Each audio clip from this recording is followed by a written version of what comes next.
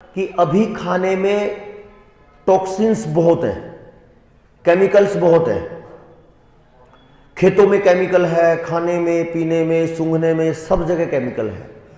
और जब पूरी दुनिया में ये विचार प्रबल होता दिखा है तो आप अंदाजा भी नहीं लगा सकते कि कंपनियां जो हैं वो पूरे समाज की हर एक छोटी से छोटी गतिविधि पर नजर रखती हैं। अब जब ये शुरू हुआ कि भाई अब तो जैविक खेती, नेचुरल खेती, जैविक खेती, प्राकृतिक खेती, जब इस पे बात होना शुरू हुई तो इसका सीधा सीधा असर एमएनसी कंपनियों पे गया। अब ये लूट बहुत बड़ी है, जो हैवी हजर्ड केमिकल्स और इंसेक्टिसाइड, पेस्टिसाइड, जो ये खेल है, जो ये एरिया है कंपनियों का, ये बहुत बड़ी लूट का है। और अगर ये समाज में परिवर्तन से बंद होता है तो वो कंपनियां तो बर्बाद हो जाएंगी। तो इसको बिना कुछ किए लोगों के दिमाग को कैसे बदला जाए, इसको देखना आप। देवेंद्र भाई ने पिछले सेशन में श्रीलंका की बात कही थी और वो श्रीलंका की बात उन्होंने बराबर से निकाल दी। और खेती का उसका विषय वो बड़ा गंभीर है, इसको ध्यान से समझना आप। पूरी दुनिया अब केमिकल से दूर होने की तरफ है, हर्बल की तरफ जा रही है, बायो की तरफ जा रही है, नेचुरल की तरफ जा रही है, ऑर्गेनिक की तरफ जा रही है, प्योर ऑर्गेनिक की तरफ, प्योर फूड की तरफ सोच अब चिंतन शुरू है और बदलाव भी बड़ा आया है। तो इन्हीं कंपनियों ने क्या किया, बायो फर्टिलाइजर बनाना शुरू कर दिया। जिस कंपनी ने हजारों करोड़ का हजार्ड केमिकल बनाया, खतरनाक केमिकल बनाया, उसने बायो फर्टिलाइजर बनाना शुरू कर दिया, जिसको सूक्ष्म जीवाणु खाद बोलते हैं। नाइट्रोजन के जीवाणु, पोटास के जीवाणु, फास्फोरस के जीवाणु, फिर बोलते हैं ये सी वीड का एक्सट्रैक्ट है, समुद्री घास का प्रोडक्ट है, तो ये पोषण देगा, इस तरीके से देगा। बहुत लोगों ने बनाया, बहुत बड़ी कंपनियों ने। लेकिन फिर भी ये विचार अब बहुत ज्यादा मजबूत है और उनके गले पे छुरी चल रही है मल्टीनेशनल्स की। तो इन्होंने फिर एक नया तरीका अपनाया जो पूरी दुनिया में बहुत बड़े लेवल पे काम भी कर गया। कुछ गिने चुने लोगों को, कुछ परसेंट को यह समझ आया है। पूरी दुनिया के सबसे छोटे देशों में से एक देश श्रीलंका, इन बड़ी मल्टीनेशनल कंपनियों ने, जो ये WTO, WHO, जो UNO है, इस UNO के गिरोह ने श्रीलंका को उदाहरण बनाया। क्या बनाया कि ऑर्गेनिक करेंगे। ऑर्गेनिक का मतलब उन्होंने क्या कर दिया, केमिकल छोड़ा, ऑर्गेनिक हो गया। जबकि अब ये युवा भाई बैठे थे सारे, जब इनसे चर्चा कर रहा था, तो जब आप किसी एक प्रोडक्ट को छोड़ोगे, एक तरह से एनर्जी को छोड़ो, मान के चलो मैंने रोटी छोड़ दी, तो रोटी छोड़ के मुझे कुछ तो खाना पड़ेगा ना जिंदा रहने के लिए। सेम चीज मिट्टी में है। अगर मिट्टी का आपने यूरिया DAP छुड़वाया है तो उसका कोई विकल्प तो देना पड़ेगा ना उसको ऊर्जा पूर्ति के लिए। लेकिन उन्होंने क्या किया, ना कोई प्लानिंग, ना कोई ट्रेनिंग, कोई तैयारियां नहीं, और श्रीलंका की सरकार से यह कहलवा दिया अब की बार केमिकल टोटल बैन और टोटल ऑर्गेनिक। अब जो वो ऊर्जा यूरिया DAP से केमिकल से मिलती थी वो खत्म कर दी एकदम, और दूसरा जो बायो था, जो नेचुरल था, वो दिया नहीं। तो पैदावार पूरी तरह खत्म हो गई।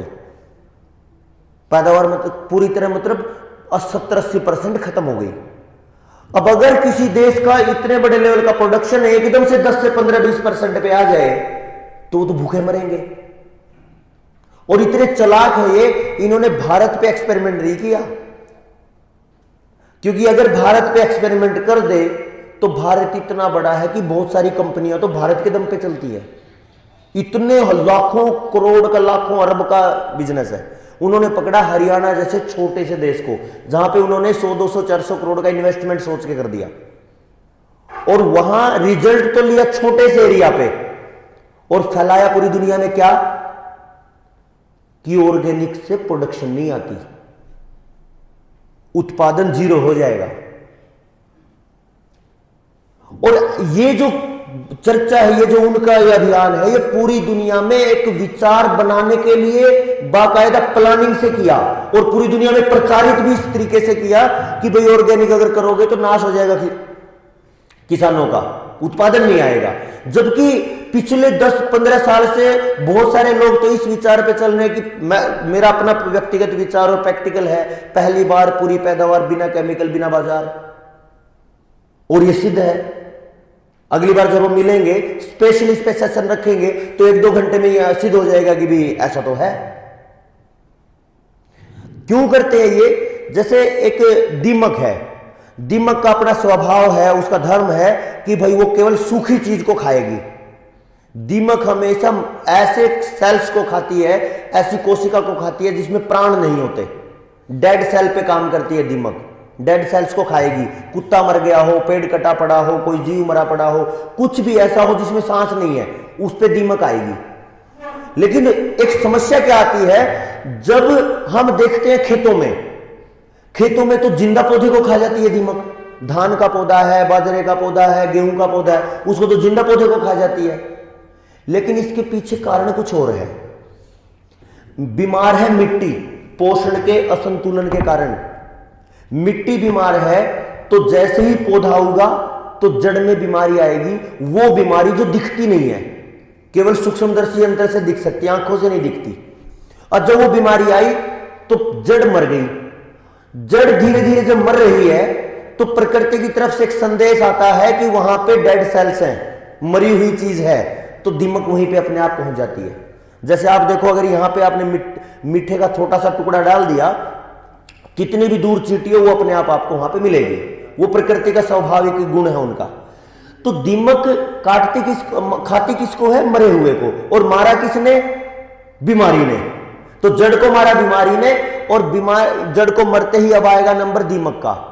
तो दीमक उसके पास आ जाती है, उसको खत्म करती है। अब समस्या क्या आती है? दीमक दिखती है आंखों से और बीमारी आंखों से नहीं दिखती। तो किसान को क्या लगता है कि दीमक ने खा लिया, और वो दवा डालता है फिर दीमक की। और ऐसा कोई माई का लाल पैदा ही नहीं हुआ जो दीमक को मार दे, क्योंकि जो असली जो दीमक पैदा करने वाली जो उनकी मदर दीमक है, वो तो कई 100 फीट नीचे रहती है, या फिर ऐसी जगह रहती है जहां पे इंटरफेयर नहीं है लोगों का। और उसका एक वीडियो पड़ी है मेरी, उस पर देखना, natural India health India channel है। आप एक दिन में जब हिसाब लगाओगे, कई करोड़ दीमक पैदा करती है, वो नाली की तरह पैदा करती है। जैसे पाइप में पानी चल रहा हो, ऐसे दीमक पैदा होती है। तो जब तक वो उसकी मदर मां नहीं मरेगी तब तक तो वो दीमक कम नहीं होगी। और उसके मरने से अगर 1000-2000 को जीव मार भी दिए तो उससे कुछ फर्क नहीं पड़ता, क्योंकि हर दिन करोड़ों पैदा होते हैं। तो बीमारी कोई और थी, समस्या हमको कुछ और लगी, और इलाज हमने किसी और का दिया। और इसका कारण हमें अगर ये पता चल जाए कि दीमक समस्या नहीं है, और एक और बात पता चल जाए, एक बहुत बड़ी मल्टीनेशनल अंतरराष्ट्रीय कंपनी है भारत में, ये आंकड़ा है 2020 का, एक साल में 3740 करोड़ रुपए का दीमक मारने का केमिकल पड़ता है देश में, जबकि वो समस्या भी नहीं है। तो इतना सारा का सारा बड़ा बिजनेस जो बिना किसी काम के, बिना किसी कारण के उनको मिल रहा है, तो अगर उनको पता चल जाए कि पूरा देश अब तुम्हारा प्रोडक्ट नहीं लेगा, तो उनके तो सांप नहीं लेट जाएगा कलेजे पे। तो वो कैसे सोच लेंगे कि पूरा मार्केट आपका खत्म हो जाए? तो वो फिर षड्यंत्र रचते हैं, और षड्यंत्र वो रचते हैं कि समाज में आपस में ही झगड़ा हो जाए।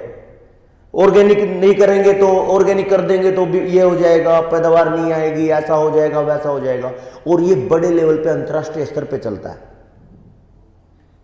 तो जैसे किसान को बर्बाद करने के लिए दीमक की एक का खेल है, वैसे हम परसों बात कर रहे थे कि एक खेल किसान मजदूर को तोड़ने का, मशीन घुसाने का है। और ऐसे करके अगर खेती पे ही बात करते चले जाओ तो हजारों षड्यंत्र मिलेंगे। तो इन सब चीजों को बारीकी से चुन चुन के समझना